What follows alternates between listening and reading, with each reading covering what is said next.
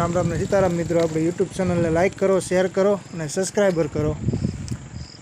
અને આ 3-4 ગામના નિહાળિયા અહીંયા દુધાળા હાઈસ્કૂલે ભણવા જાય અને આ રાજસ્થળી, પાતળા, તરસિંગડા, તંબકપુર અને અનેક ગામડાના કરમદડી, ખીસરી.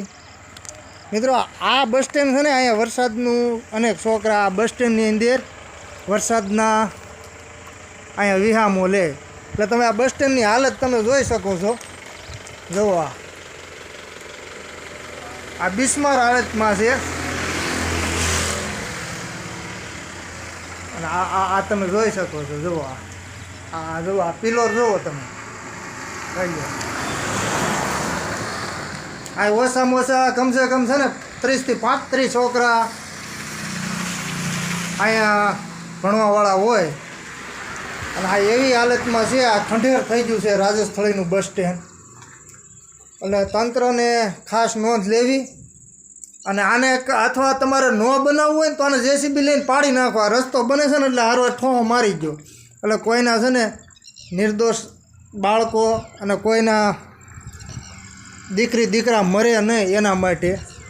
પછી તંત્ર દોડતું થાય કે તમને અમે 2 લાખ આપીને, 5 લાખ આપીને, 10 લાખ આપીને, પણ અમારા તો જીવતા છોકરા મરી જાય.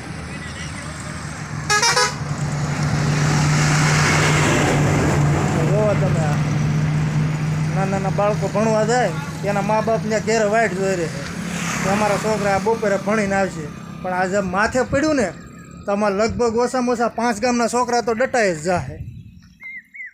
પછી કોઈ બી તંત્ર હોય ઉત્સાહત કરી નાખે ને 2-5 લાખની સહાય આપશે, પણ મરી જાય એ તો પાછા નહીં આપે. એટલે ખાસ અમરેલી જિલ્લાના તંત્રને મારી ખાસ વિનંતી છે કે આ રાજસ્થળીનું બસ સ્ટેશન 2 દિવસની અંદર પાડવામાં આવે.